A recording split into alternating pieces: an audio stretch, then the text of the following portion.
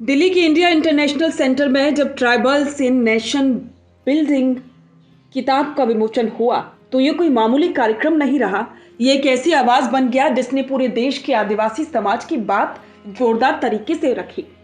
इस मौके पर लोकसभा सांसद राजकुमार रोत ने जो अपने भाषण दिया वो सिर्फ शब्द नहीं, वो सदियों का दर्द, गौरव और सच्चाई थी जिसे हर किसी ने महसूस किया। राजकुमार रोत ने सबसे पहले साफ कहा कि आदिवासी समाज को समझना है तो ऊपर ऊपर से नहीं, दिल से समझो। उन्होंने कहा कि हमारे कपड़े, बोली या खान पान देखकर मत समझो कि हमें जान लिया। हमारी सोच, संघर्ष और संस्कृति को समझना है तो गहराई में उतरना होगा। उन्होंने बताया कि आज देश में 14 से 15 करोड़ आदिवासी हैं, लेकिन लोग आज भी नहीं जानते कि हम कितने अलग अलग समाजों से आते हैं।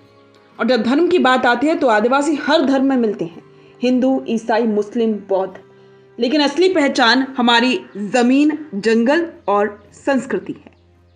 राजकुमार रोत ने बड़ी तकलीफ से एक बात रखी कि जब भी इतिहास की बातें होती हैं तो आदिवासी महापुरुषों का नाम तक नहीं लिया जाता। उन्होंने कहा कि भगवान बिरसा मुंडा, रानी दुर्गावती, टंट्या भील, शंकर शाह, रघुनाथ शाह, इन सब ने देश के लिए जान दी, लेकिन कितने लोग हैं इनके बारे में स्कूल की किताबें में पढ़ते हैं।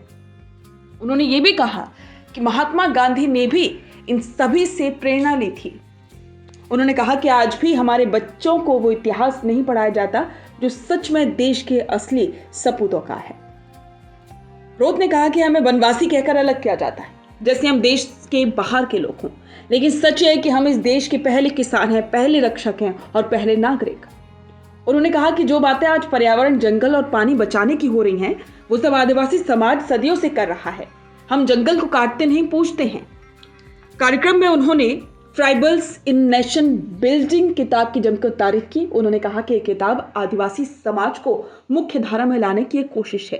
ये किताब बताते हैं कि आदिवासी सिर्फ पिछड़े नहीं है, राष्ट्र निर्माण में उनकी बड़ी भूमिका रही है। ये किताब पढ़ो, समझो और दूसरों को भी बताओ।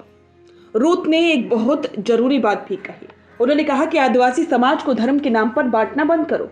हम हिंदू भी हैं, मुस्लिम भी हैं और ईसाई भी, लेकिन हमारी जड़ें हमारी संस्कृति में है। हमारी पूजा अलग हो सकती है लेकिन हमारी आत्मा एक है। राजकुमार रोत की बातों ने साफ कर दिया कि अब आदिवासी समाज चुप नहीं बैठेगा। अब वो खुद बोलेगा, खुद लिखेगा और अपनी अगली पीढ़ियों को बताएगा कि हम देश के किनारे नहीं, मूल में हैं। हम सिर्फ शोषित नहीं, निर्माता हैं और हम हमारी आवाज को दबने नहीं देंगे।